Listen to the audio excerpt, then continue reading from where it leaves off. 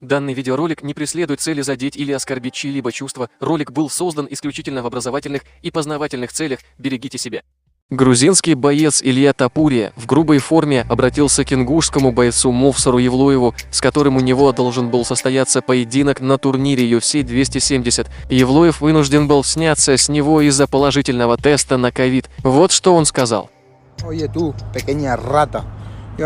Эй ты, маленькая крыса, я ничего не начинал, все это ты затеял. Мне сказали, что я должен быть в Лос-Анджелесе 22 января, где я бы оторвал твою крысиную голову. И вот я здесь. Там, откуда я родом, таких как ты, которые не являются на мужской бой, называют трусами. Такое определение отлично подходит тебе подобным. Ты смелый, когда сидишь в своем телефоне. Ты лишишься своей непобежденной статистики, даже не появившись в октагоне, ведь ты знаешь, что произойдет. Грязная крыса, сказал Тапурия.